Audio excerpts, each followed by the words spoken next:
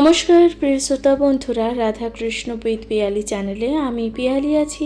আজ আপনারা শুনছেন শিব মহাপুরাণ। প্রিয় শ্রোতা বন্ধুরা, শিব মহাপুরাণে আজ আপনারা শুনবেন ভগবান মহাদেবের অলৌকিক লীলা তথা পুজো করার সম্পূর্ণ বিধিবদ্ধ বিধান, যা আপনারা শুনতে চলেছেন মহাপুরাণে।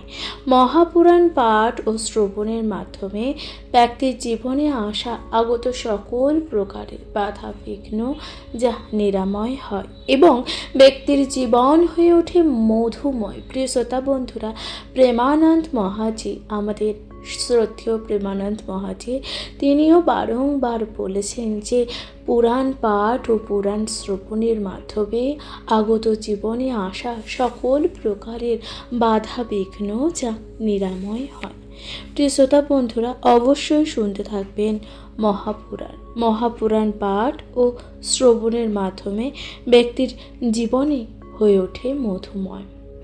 প্রিয় শ্রোতা বন্ধুরা, শিব মহাপুরাণে আজ বিভিন্ন উপাখ্যানের মধ্যে আজ আপনারা শুনতে চলেছেন চন্দ্রের ক্ষয় রোগ, অর্থাৎ এই যে চন্দ্রদেবের কেন ক্ষয় রোগ এসেছিল বা কেনই বা চন্দ্রদেবের ক্ষয় রোগ হয়েছিল, এই কারণ আজ আপনারা শুনতে চলেছেন। শুনতে থাকবেন মহাপুরাণ।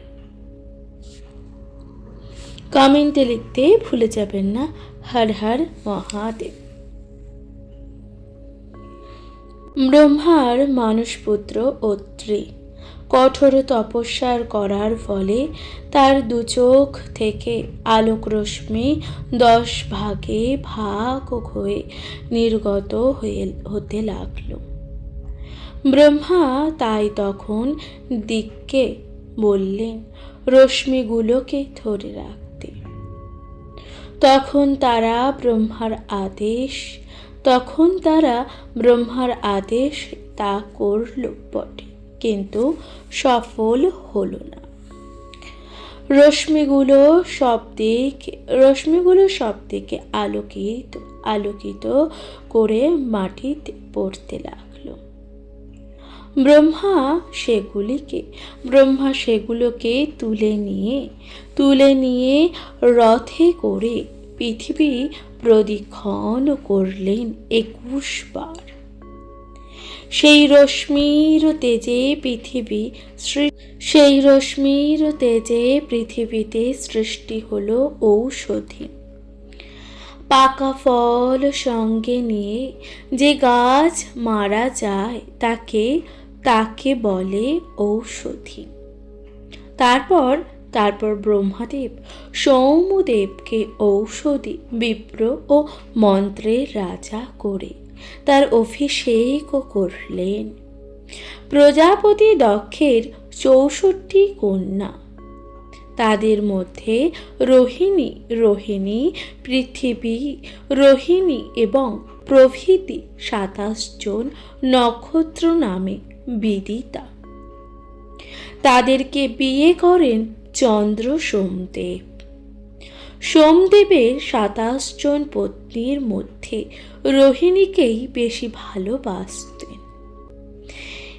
সেই একজনই যেন তার বল্লভা ছিল, প্রাণাপেক্ষা প্রিয়া ও শ্রেষ্ঠ পত্নী।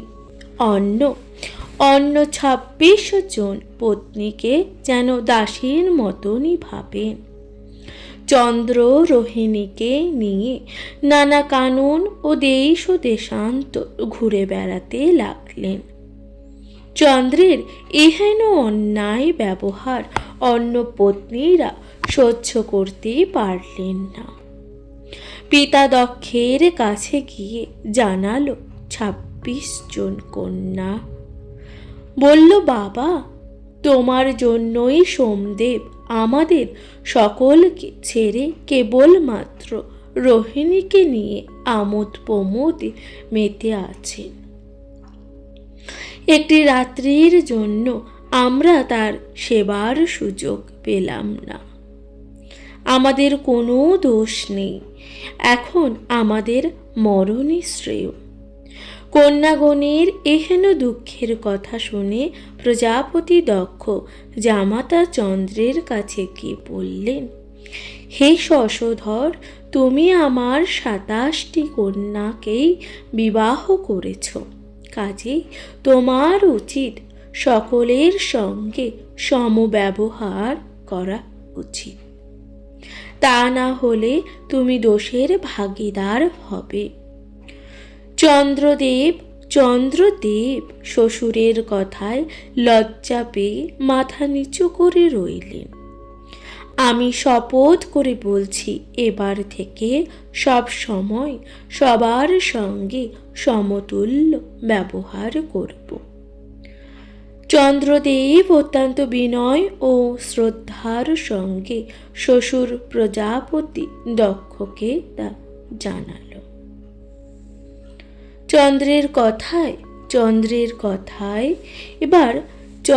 কথায় দক্ষ যার পরাণায় খুশি হয়ে কন্যাগণকে চন্দ্রের কাছে রেখে গেল।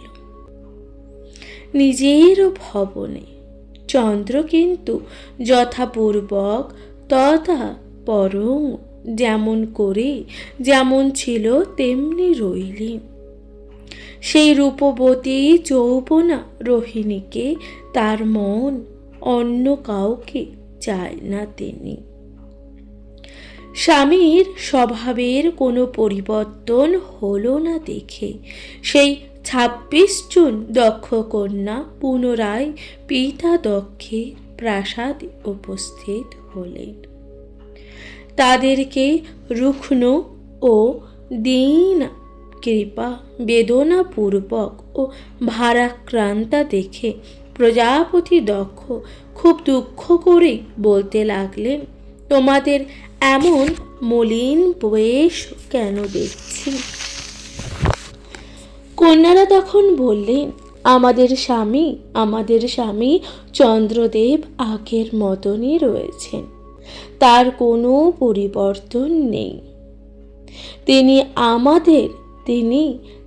আমাদের সেই একইভাবে অপমান করেন এবং তিনি আপনাকে কথা দিলেন সে কথাও তার অন্তরেও নেই। তিনি আপনার সাথে প্রতারণা করেছে। এই কথা তখন দক্ষ রাজার সেই বাকি 26 জন পুত্রী বললেন। রোহিণীকে নিয়ে তার সময় কাটে। সেই চন্দ্র আপনার কাছে কথা দিলেও শপথ করে, কিন্তু সেই শপথের কথা ভুলে গিয়ে অর্থাৎ আপনাকে অবজ্ঞা করেই আমাদের সঙ্গ থেকে দূরে রয়েছেন। কন্যাদের এমন দুঃখের কথা শুনে দারুণভাবে কুপিত হয়ে রাজা দক্ষ ক্রোধে অতি দ্রুততার সঙ্গে চন্দ্রের কাছে গিয়ে শাপ দিলেন। চন্দ্র, তুমি আমার বাক্যের অসম্মান করে সকলকে বাদ দিয়ে কেবল রোহিণীকেই রত হয়েছ। তোমাকে আমি অভিশাপ দিচ্ছি, তুমি ক্ষয়রোগে আক্রান্ত হবে। আমার বাক্য কখনো বিফলে যাবে না। তাহলে এই যে ক্ষয়রোগের অভিশাপকে দিলেন স্বয়ং প্রজাপতি দক্ষ। দক্ষের শাপে চন্দ্রদেবের তখন ক্ষয় অর্থাৎ যক্ষাব্যাধি প্রবেশ করল। দিন দিন ক্ষয় পেতে লাগল চন্দ্রদেব। অতি সত্বর দাঁড়িয়ে থাকবার মতন ক্ষমতা হারিয়ে ফেললেন চন্দ্রদেব। পড়ে গেলেন ভূমিতে। রোহিণীকে বললেন, দেবী, এখন আমি কি করব? তোমার বাবার শাপে আমি যে ব্যাধিগ্রস্ত। রোহিণী কাঁদতে কাঁদতে বললেন, প্রভু, আপনাকে যিনি শাপ দিয়েছেন তারই শরণাপন্ন হন। তিনি তুষ্ট হলে আপনার রোগ ও মুক্তির ব্যবস্থা বলে দেবেন। তার অনুকম্পা হলে আবার সুন্দর দেব দুর্লভ দেহ লাভ করবে। রোহিণীর কথা মতন চন্দ্র বহু কষ্টে শ্বশুর বাড়িতে গিয়ে শাপ প্রদানকারী শ্বশুরের কাছে কাঁদতে লাগলেন। পিতা, পিতা, আমার প্রতি সদয় হয়ে ক্রোধ ত্যাগ করে আমাকে কৃপা করুন, আমাকে রোগ নিরাময়ের ব্যবস্থা করুন। চন্দ্রের এহেন কাতর মিনতি ও দুঃখ দেখতে না পেরে দক্ষ তখন তার জামাতাকে বললেন, হে সোম, আমি শাপ দিলেও দেবতারা তা রোধ করতে পারবে না। দেখো, আয়ু, ধন, বিদ্যা, নির্ধন এ সকল পূর্ব নির্দিষ্ট, কারোরই ক্ষমতা নেই তা খণ্ডন করা। একমাত্র মহেশ্বর তা পারেন।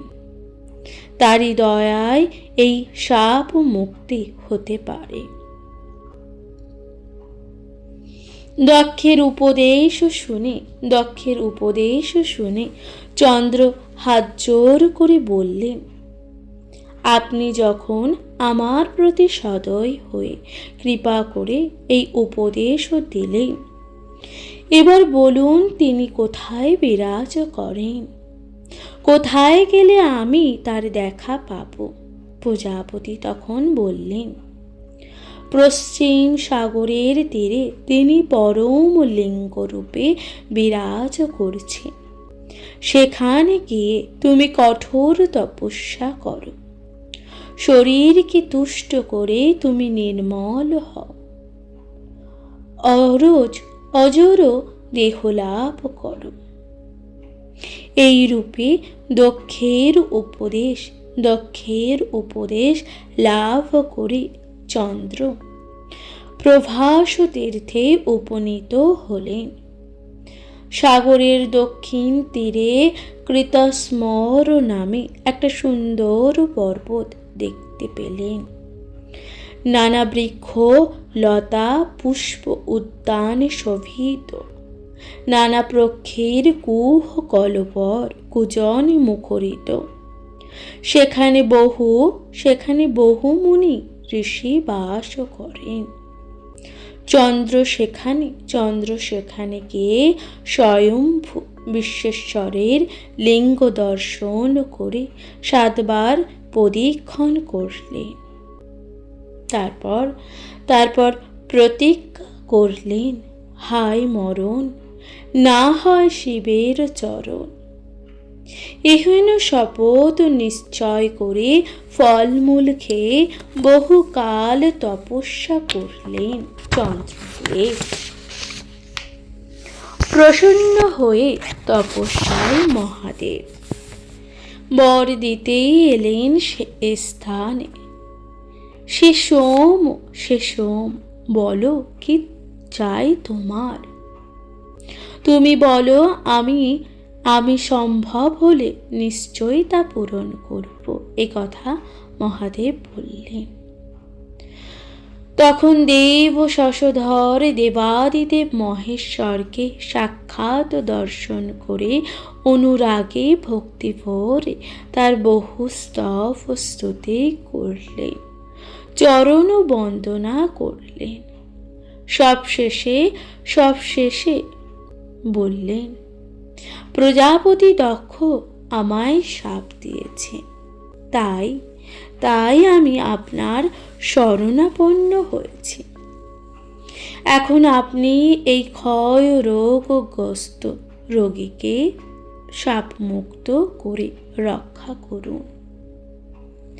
দেবাদিদেব মহাদেবের বললেন, হে চন্দ্র, তুমি দক্ষের যে সকল কন্যাকে বিবাহ করেছ, সকলের সঙ্গে সমান ব্যবহার করবে। তুমি জ্ঞানবান হয়েও এহেন অবিচার অপরাধ কেন করো? যা হয়ে গেছে তা নিয়ে আর শোক করো না। এই যে সাগরের তীরে একটি লিঙ্গ আছে, এই লিঙ্গের ন্যায় আমার আরও একটি লিঙ্গ ধরণীর গভীরে চলে গেছে।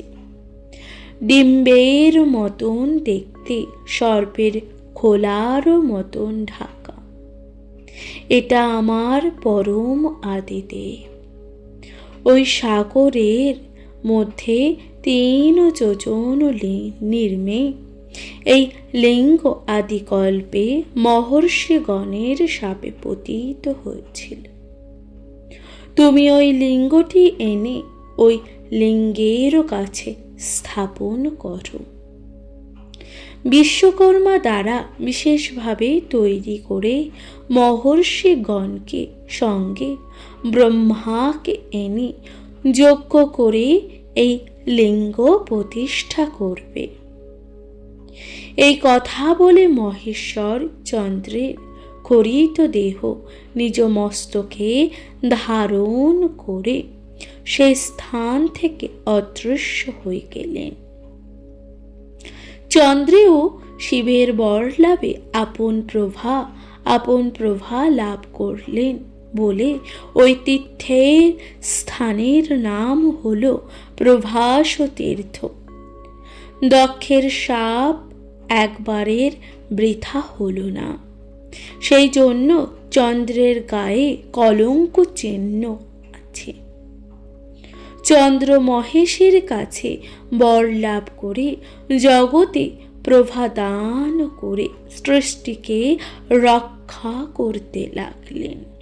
তারপর মহাদেবের উপদেশানুসারে চন্দ্র যথাবিহিত সেই পতিত লিঙ্গ উদ্ধার করে বিশ্বকর্মের দ্বারা নবরূপে নির্মিত করে তা প্রতিষ্ঠা করেন।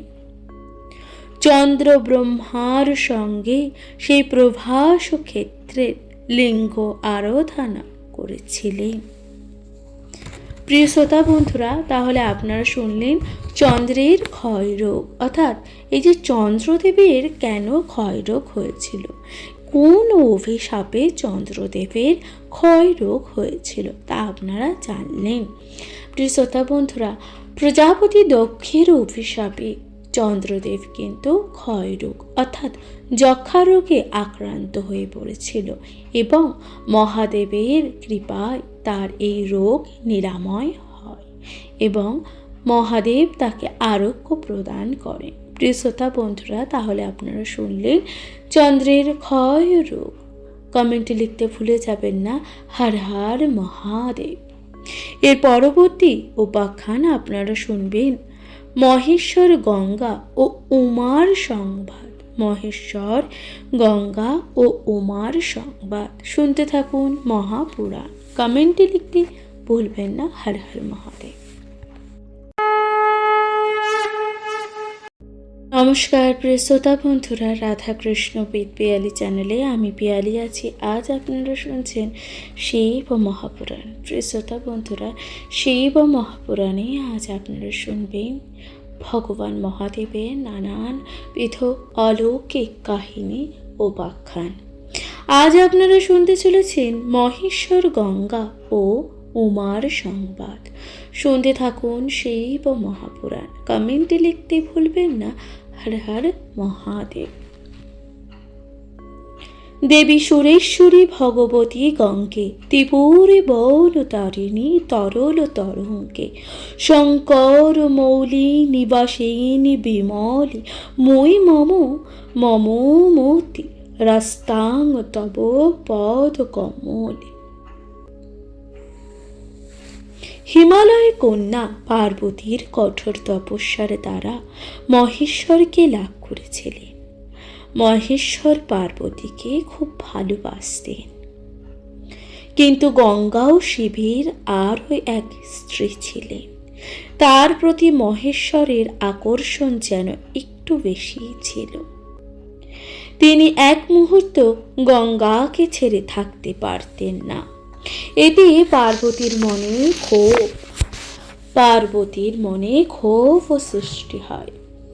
গঙ্গার প্রতি পার্বতীর যে ক্ষোভ তা শিব জানতেন। চোখের সামনে থাকলে পার্বতী রাগ আরো বেড়ে যায়। তাই তিনি গঙ্গাকে নিজের বিশাল জটার মধ্যে লুকিয়ে রাখলেন। শিবের এই কৌশল ধরতে উমার বেশি দিন সময়ও লাগলো না। তিনি মহেশ্বরকে বললেন, যে আমার শত্রু তাকে তুমি মাথায় তুলে রেখেছ, ভেবেছ আমি কিছুই বুঝি না। তোমার সংসারে আমার থাকার আর কোনো দরকার নেই। পার্বতীর কথায় কিন্তু মহেশ্বর কোনো কানও দিলেন না, বরং পার্বতীর সঙ্গে সুমিষ্ঠ বচনে তাকে তুষ্ট করতে লাগলেন। কিন্তু তাতে কি তিনি ভোলেন? তিনি সখী জয়াকে ব্যাপারটা জানান। তারপর অনেক ভেবেচিন্তে স্থির করল এই ব্যাপারটা দুই ছেলেরও কাছে বলবেন, তারা নিশ্চয়ই এর সমাধান করে দেবে। আবার ভাবলেন, কার্তিক বড় একরোখা, সে গণ্ডগোল পাকিয়ে সংসারে অশান্তি আনতে পারে। তাই তিনি গণেশকে ডেকে সব বললেন, এটা স্থির করলেন। গণেশ তার মায়ের কথা শুনে বললেন, মা, তোমার কথা শুনে বুঝতে পেরেছি তুমি আমাকে একটা যুক্তি বলে দাও তো, যাতে করে সৎমা এখান থেকে চলে যেতে পারে। পার্বতী তখন বললেন, আমি মনে মনে একটি উপায় চিন্তা করেছি। তোমার বাবা তপস্যার সন্তুষ্ট হন, কিন্তু কেউ শিবের তপস্যা করলে তিনি যখন বর দিতে উদ্যত হবেন, সেই ব্যক্তিকে যদি তখন গঙ্গাকে প্রার্থনা করেন, তখন মহেশ্বর তাকে বর না দিয়ে থাকতে পারবেন না। গণেশ তখন বললেন, না, বাবাকে আমরা বুঝিয়ে ব্যাপারটা মীমাংসা করব। তখন দেবী বললেন, না, তাতে কোনো ফল হবে না। আমি তাকে অনেকবার বলেছি, এমনকি তিরস্কার করতেও ছাড়েনি, তাতে কিছু ফল হয়নি। সে সময় দেখে খুব দুর্ভিক্ষ দেখা যায়। অনাহারে অসুখে বিসুখে দলে দলে লোক মরতে থাকে। সৃষ্টিকর্তা ব্রহ্মার মনে দুশ্চিন্তা, সৃষ্টি বুঝি লোপ পেয়ে যায়। তখন তিনি পৃথিবীর বিভিন্ন স্থানে ঘুরতে দেবগিরিতে এসে উপস্থিত হলেন। এখানেই ছিল মহর্ষি গৌতমের আশ্রম। এখানে গিয়ে ব্রহ্মা যজ্ঞ করেছিলেন, সেই জন্য দেবগিরির নাম হলো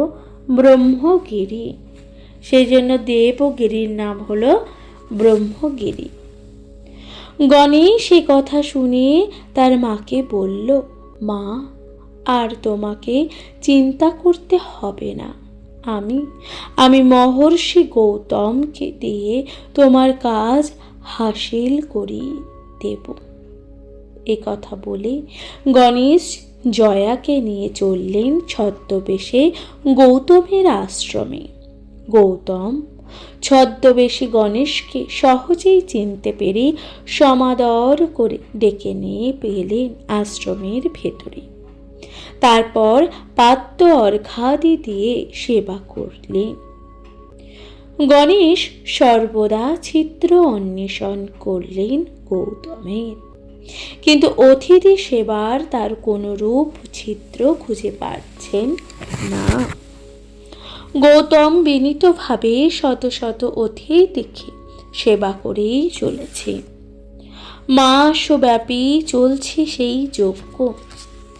গৌতম সমস্ত মুনি ঋষি ও অতিথিদের আহার্য দানে কোনো ত্রুটি করেন না, আর গণেশ তার কোনো ত্রুটি খুঁজে পাচ্ছেন না। পার্বতীর প্রধান সহকারী জয়াও এসে গণেশের সাথে ওই মুনির আশ্রমে। কথা আগেই বলেছি। এখন এখন ওই জয়াকে ডেকে গণেশ বললে, এবারে আমি একটি কৌশল করছি। তুমি একটি রুগ্ন গাভীর বেশ ধারণ করে গৌতম মুনির সবুজ ক্ষেতের ওপর দিয়ে যেন ফসল নষ্ট করছো এমন ব্যবহার করবে। এই কথা গণেশ তখন সেই জয়াকে শিখিয়ে দিলেন। তখন মুনি গিয়ে তোমাকে লাঠি দিয়ে তাড়ানোর চেষ্টা করবে। তুমি তখন সামান্য আঘাতে এমনভাবে মাটিতে পড়বে যেন মারা গেছো। তারপর আমি যা করার তা করব। আশ্রমের কাছে গৌতম মুনির ধানের ক্ষেত ছিল। সবুজ ক্ষেতে দুই একটা গাভী এসে তৃণের লোভে। মুনি কোনোদিনও সেই গরুদের প্রহার করেননি, শুধু তাড়িয়ে দেন মাত্র। সেদিন জয়া গাভীর রূপ ধরে এসেছে খেতে। প্রথমে মুনি মুখে শব্দ করে গাভীকে তাড়ানোর চেষ্টা করলেন, কিন্তু গাভীর সেদিন কোনো ভ্রুক্ষেপ নেই। তা দেখে মুনি কয়েকবার বড় ঘাস উপড়ে গাভীকে মৃদু আঘাত করলেন। তাতেই গাভী আর্তনাদ করে সেই ক্ষেতের ওপর লুটিয়ে পড়ল। গৌতম মুনি তো একেবারে অবাক। সেই গাভীর আর্তনাদ শুনে গৌতমের আশ্রমে অতিথিরা সবাই ছুটে এলেন। ছদ্মবেশী গণেশও এলেন। সবাই দেখলেন একটা গাভী পড়ে আছে। এ কেমন করে মরল? গৌতমের হাত সেই এক মুষ্টি ঘাস ধরা। সবাই বুঝতে পারলেন যে গৌতমের আঘাতেই গাভীর এমন দশা হয়েছে। গাভী হত্যা মহাপাপ। এরপরেও কি গৌতমের অতিথি হয়ে থাকা সম্ভব? না, তার জন্মগ্রহণ করা চলে না। এখন সবাই আশ্রম ছেড়ে চলে যেতে উদ্যত হলে মুনিবর তাদের পায়ের ওপর লুটিয়ে পড়ে বললেন, আপনারা কেউ চলে যাবেন না। আমার সব অপরাধ ক্ষমা করুন। আমি কি মহাপাপ করেছি তা বলুন। আপনাদের কাছে আমি প্রায়শ্চিত্ত করব। সেখানে মহা গণ্ডগোল বেঁধে গেল। ব্রাহ্মণ বেশি গণেশের মুখে তখন খুশির আমেজ। এগিয়ে এলেন। তিনি অতিথিদেরকে বললেন, হে অভ্যাসগতগণ, আপনারা এতদিন যার অন্নে পেট ভরিয়েছেন, আজ তার বিপদের দিনে তাকে একটু সমবেদনা না দেখিয়ে অবজ্ঞা করে চলে যাচ্ছেন। তার প্রতি আপনাদের কি এটুকু সহানুভূতি নেই? এটা আপনাদের বিরাট অন্যায়। ব্রাহ্মণবেশী গণেশের কথা শুনে মুনিদের চেঁচামেচি থেমে গেল। গৌতম মুনি যেন একটু আশ্বস্ত হলেন। তখন সেই ব্রাহ্মণবেশী গণেশ বললেন, এই গাভীকে হত্যা করে মুনিবর পাপ করেছেন ঠিকই, কিন্তু সেই জন্য তো প্রায়শ্চিত্ত করতে রাজি আছেন। তবে মুনি যদি রাজি থাকেন তাহলে আমি একটি বিধান দিতে পারি। অতিথিরা তখন বললেন, আপনি ঠিক বলেছেন, আপনি প্রায়শ্চিত্তের বিধান দিন, উনি নিশ্চয়ই মেনে নেবেন। তখন ব্রাহ্মণবেশী বললেন, গণেশ, আমরা শুনেছি যে ব্রহ্মার কমণ্ডলুতে পবিত্র গঙ্গা আছে। তারই একটা ধারা শিবের জটার মধ্যে আছে। ওই মহাপাপী গৌতম যদি সেই জলধারা এখানে এনে এই স্থানটিতে ধৌত করে দিতে পারে, তবে তার সব পাপ ধুয়ে যাবে। তখন আর আমাদের থাকার অসুবিধা হবে না।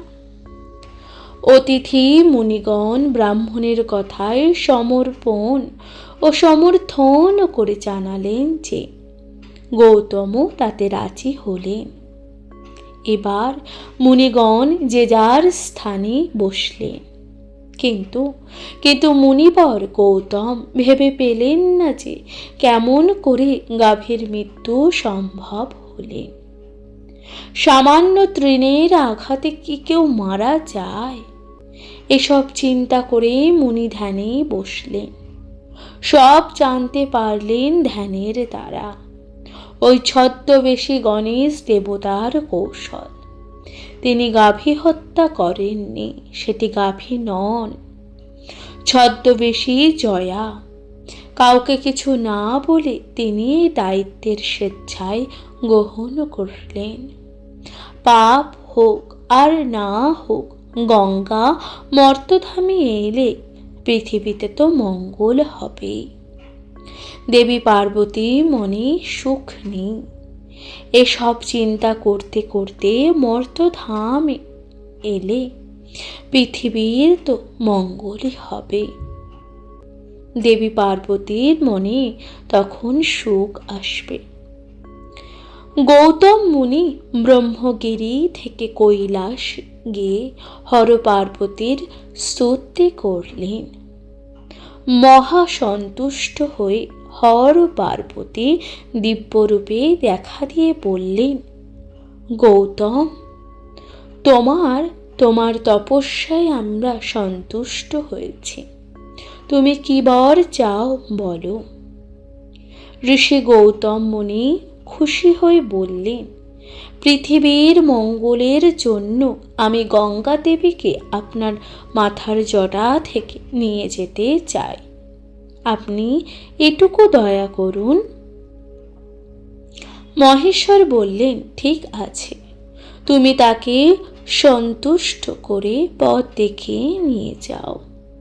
এ কথা বলে মহেশ্বর গঙ্গাকে দিক অন্তর্হিত করলেন। গৌতম এবার শঙ্খ বাজিয়ে গঙ্গার স্তব স্তুতি করতে করতে গঙ্গাকে নিয়ে নানা পথ অতিক্রম করে এলেন ব্রহ্মগিরিতে। আকাশ থেকে দেবতা পুষ্পবৃষ্টি করতে লাগলেন। পার্বতীও স্তুতি পেলেন। গঙ্গার জলে পবিত্র হল ব্রহ্মগিরি তথা আশপাশ সমগ্র স্থান। এবার গঙ্গা বললেন গৌতমকে, ঋষিবর, তোমার ইচ্ছা তো পূরণ হয়েছে। সমগ্র ব্রহ্মগিরিকে প্লাবিত করে তোমার দেশকে আমি পবিত্র করেছি। আমার কর্তব্য তো এখন শেষ। এবার আমি ফিরে যাব কৈলাসে। গৌতম মুনি হাত জোড় করে বললেন, মা গো, পৃথিবীর মঙ্গলের জন্য আমি অনেক কষ্ট করে তোমাকে এনেছি। তোমার কি ফিরে যাওয়ার কথা ছিল না? এখানেই চিরদিন থেকে যেতে হবে। গৌতম মুনির কথা কি উপেক্ষা করতে পারলেন না গঙ্গা।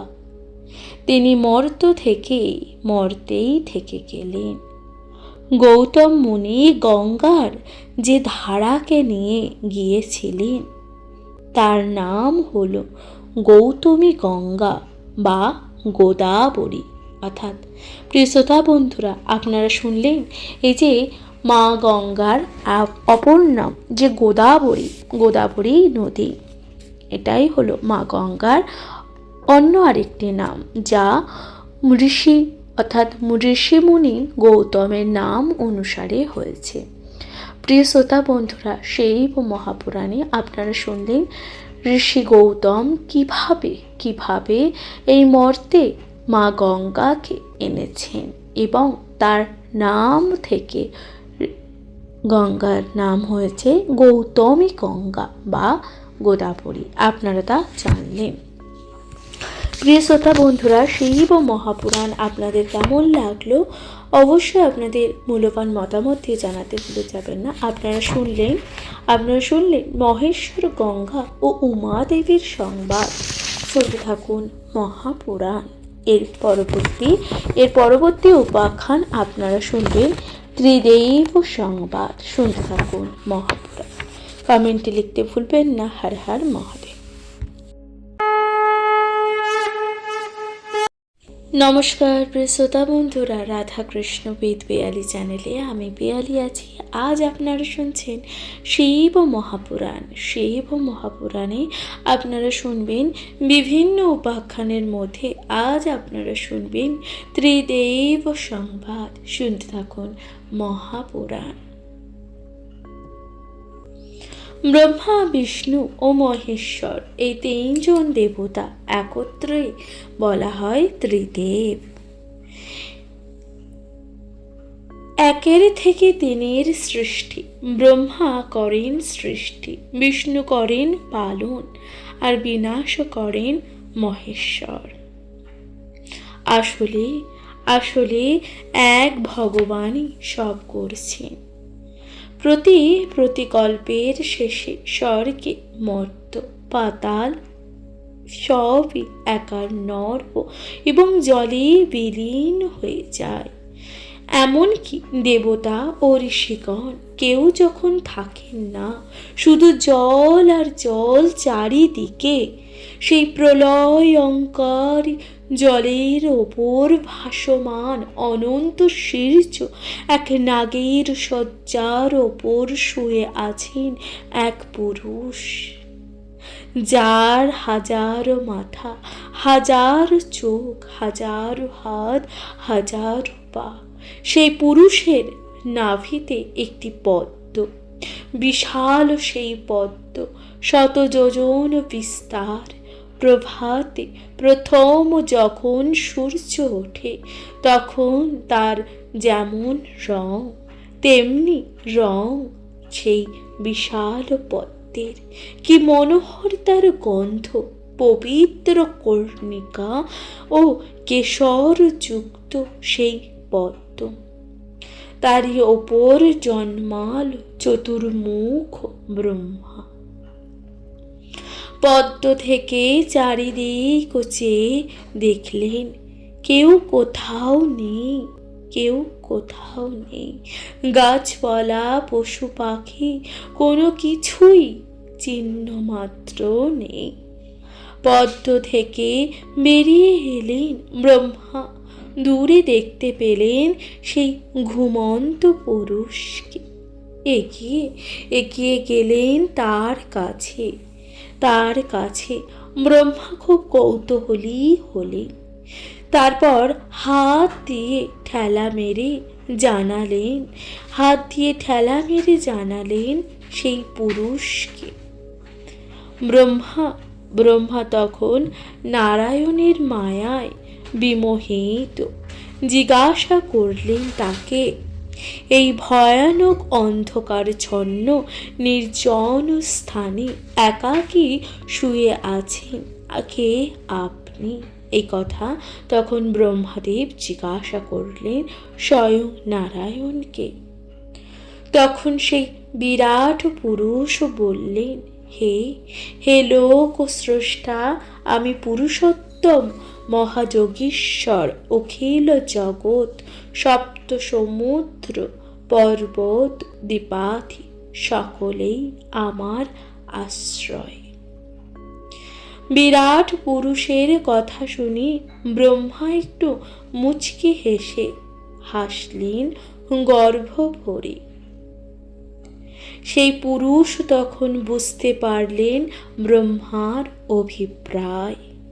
তাই জিজ্ঞাসা করলেন, আমার পরিচয় আপনাকে বললাম, এবার আপনি বলুন আমার পরিচয়। তখন ব্রহ্মাদেব বলল, আমি আমি ধাতা, আমি আমি আবার আমি বিধাতা, আমি চতুর্মুখ ব্রহ্মা, সেই ব্রহ্মাণ্ড সবই আমারই মধ্যে। মনে মনে হাসলেন নারায়ণ। তারপর বললেন, হে ব্রহ্মা, আপনি যা বললেন আমার একবার দেখার যে খুব ইচ্ছা হচ্ছে। ব্রহ্মা তখন বললেন, দেখুন, তাতে আমার কোনো আপত্তি নেই। নারায়ণ নারায়ণ তখন আপন যোগ বলে ব্রহ্মার মধ্যে প্রবেশ করলেন। দেখলেন স্বর্গ, মর্ত্য, পাতাল, দেবতা, মানুষ, পাহাড়, সমুদ্রাদি। তারপর বেরিয়ে এলেন তার মুখ। ব্রহ্মার সামনে দাঁড়িয়ে বললেন, হে পুরুষ শ্রেষ্ঠ, আমি তো দেখালাম, এখন যদি আপনার ইচ্ছা হয় তাহলে আমার মধ্যে আপনি দেখে আসতে পারে। এই বিশ্ব ব্রহ্মাণ্ড আমার মধ্যে আছে কিনা জানতে পারবেন। পিতামহ ব্রহ্মার অহংকার তখন তুঙ্গে। তিনি নারায়ণকে দেখিয়ে দিয়েছেন যে তিনি কতই না শক্তিধর, আর আর প্রমাণও করে দিয়েছেন তিনি স্বয়ম্ভু, অর্থাৎ তাকে কেউ সৃষ্টি করেনি, বরং তিনি সকলকে সৃষ্টি করেছে। তারপর ব্রহ্মা ঢুকলেন সেই নারায়ণের পেটের মধ্যে, ঘুরে ঘুরে দেখলেন, কিন্তু এ কি কাণ্ড! দেখার যে আর শেষ নেই। পাহাড়, দ্বীপ, নদী, সাগর, এমনকি ব্রহ্মাণ্ড বলিও দেখলেন। শুধু একটা ব্রহ্মাণ্ড নয়, অনন্ত ব্রহ্মাণ্ড, অনন্ত ব্রহ্মাণ্ড। গুণে শেষ করা তো চায় না, যত দেখেন তত অবাক হয়ে যান, এর তো শেষ নেই। চূর্ণ হলো তখন ব্রহ্মার সেই অহংকার। তারপর বেরিয়ে আসার চেষ্টা করলেন, কিন্তু কিন্তু দ্বার কোথায়? বেরোবেন কেমন করে? সমস্ত দ্বার যে বন্ধ। এখন উপায় কি? দ্বার ছাড়া তো বেরানো যায় না। ঘুরতে ঘুরতে লাগলেন আরো। ঘুরতে ঘুরতে এক সময় এসে পৌঁছালেন শ্রীহরির নাভির কাছে। দেখলেন খোলা আছে সেই দ্বার। বেরোলেন সেই দ্বার দিয়ে। সেই বিশাল পদ্মের ডাটার মধ্যে মধ্যে দিয়ে যেতে যেতে উঠলেন সেই পদ্মের পাপড়ির মধ্যে। তারপর বললেন, হে প্রভু, আপনি বিরাট পুরুষও বটে, দেখে অন্ত খুঁজে পেলাম না, কিন্তু একটা বিষয় কিছুতেই আমি বুঝতে পারছি না। আমাকে আপনি ভেতরে আটকে রাখতে চেষ্টা করলেন কেন? শেষ পর্যন্তই আপনি তো তা পারলেন না। তখন নারায়ণ বললেন, না না, আমি তোমাকে আটকাবার চেষ্টা করিনি। যদি চেষ্টা করতাম তাহলে তুমি কিছুতেই বেরাতে পারতে না। তোমাকে সৃষ্টির কাজ করতে হবে, তাই তাই তোমার বেরোনোর পথ দেখিয়ে দিলাম। এবার তুমি নিশ্চয়ই বুঝতে পেরেছ তুমি নিজেকে যা ভেবেছিলে তা ঠিক নয়। আসলে তুমি আমারই অংশ, পুত্র বলতে পারো। আমার নাভিতে যে পদ্ম, সেই পদ্মই তোমার জন্ম। তাই তোমার আরেক নাম হলো পদ্মজনী। তাহলে ব্রহ্মাদেবের আরেক নাম কি? পদ্মজনী। তখন ব্রহ্মাদেব বললেন, হে বিষ্ণু, হে বিষ্ণু, আপনি সর্বাত্মক, অনন্ত, পরব্রহ্মস্বরূপ সনাতন, আর আমি সর্বলোকের আত্মা, মহেশ্বর, আমি ব্রহ্মা, পরম পুরুষ। আপনি আর আমি ছাড়া জগতে অন্য আর কেউ নেই, মহেশ্বরও নাই। আমরা উভয়ই এক মূর্তি। নারায়ণ ও পিতামহ দুই প্রকার, ভিন্ন মাত্র। ব্রহ্মার এমন বাক্য শুনে নারায়ণ তখন বললেন, ব্রহ্মা, তোমার এই কথা তোমার বিনাশের কারণ হবে। যোগীগণ যে মহেশ্বরকে দেখতে পায় না, তুমি সেই মহাদেবের শরণাপন্ন হও। বিষ্ণুর এই কথা শুনে ব্রহ্মা খুব রেগে গিয়ে বললেন, আমি সেই ব্রহ্মকে জানি, কিন্তু তুমি আর আমি ছাড়া জগতে অন্য কোনো পরমেশ্বর নাই। বিষ্ণু তখন বললেন, ব্রহ্মা, তোমার এমন কথা কিন্তু বলা উচিত নয়। এ কথা নারায়ণ বললেন। এমন সময় হঠাৎ মহাদেব সেখানে আবির্ভূত হলেন। তার 3টি চোখ, হাতে ত্রিশূল, মাথায় জটা, আর গলায় পরা লম্বা মালা। ব্রহ্মা এই রূপে মহাদেবকে দেখে তার মায়ায় মোহিত হয়ে বিষ্ণুকে বললেন, কে পুরুষ? বিষ্ণু তখন বললেন, ইনি দেবাদিদেব মহাদেব, সর্বপ্রাণীর ঈশ্বর। ইনি ধাতা, ইনি বিধাতা ও প্রকৃতি পুরুষের ঈশ্বর। মুনিগণ ব্রহ্মভাবে একেই দেখেন। ইনি সমগ্র জগৎ সৃষ্টি করেছেন, পালন করেছেন আর ধ্বংসও করেছেন। তারপর ব্রহ্মা বিষ্ণুর দ্বারা দিব্যচক্ষু লাভ করে সেই পরমেশ্বরকে জানতে পারলেন, আর পরম জ্ঞান লাভ করে তার শরণাপন্ন হয়ে স্তব স্তুতি করলেন। মহাদেব ব্রহ্মার স্তবে প্রসন্ন হয়ে হাসতে হাসতে বললেন, বৎস, তুমি আমার সমান। লোক সৃষ্টির জন্য পূর্বে আমি তোমাকে সৃষ্টি করেছি, এখন তুমি আমার কাছে বর চাও। ব্রহ্মা তখন শঙ্করকে প্রণাম করে বললেন, হে মহেশ, আপনি আমার পুত্ররূপে জন্মগ্রহণ করুন। যদি একান্ত না হয় তাহলে আপনার মতন আমি এক পুত্র চাই। হে দেব, আপনার সূক্ষ্ম মায়ায় আমি বিমোহিত, আপনার পরম ভাব আমি জানি না। হে দেব, আপনি ভক্তগণের মা, বাপ, ভাই, বন্ধু। আমি আপনার শরণাগত হয়ে আপনাকেই প্রণাম করি। শিব বললেন, বৎস, তুমি যা প্রার্থনা করলে তাই পাবে। তোমার দিব্য ঐশ্বরিক জ্ঞান জন্মাবে। তোমাকে সর্বভূতের আদিকর্তা রূপে নিয়োগ করছি। সেই সকল প্রাণীতে মায়া বিস্তার করো, আর এই নারায়ণকে আমার পরম তনু বলে জানবে। তারপর শিব বিষ্ণুকে বললেন, হে বিষ্ণু, তুমি আমার থেকে আলাদা তো নও, তথাপি তুমি বর প্রার্থনা করো।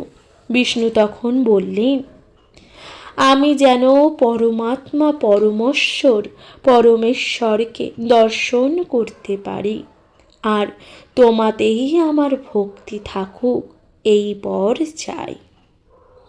শিব বললেন তখন, তাই হবে। বিষ্ণু বললেন, তুমি সকল কার্যের কর্তা, আমি অধিদেবতা। তুমি চন্দ্র, আমি সূর্য। তুমি অব্যক্তা প্রকৃতি, আমি ব্যক্ত পুরুষ। তুমি জ্ঞান, আমি জ্ঞাতা। তুমি মায়া, আমি ঐশ্বর্য। যে আমি নিষ্ফল মহাদেব, সেই তুমি প্রভু নারায়ণ। হে জনার্দন, আমার একটা কথা মনে রেখো, যোগীগণ তোমাকে আশ্রয় না করে আমাকে লাভ করতে পারবে না। তুমি এই সকল মানুষ, অসুর ও দেবতাকে পালন করো।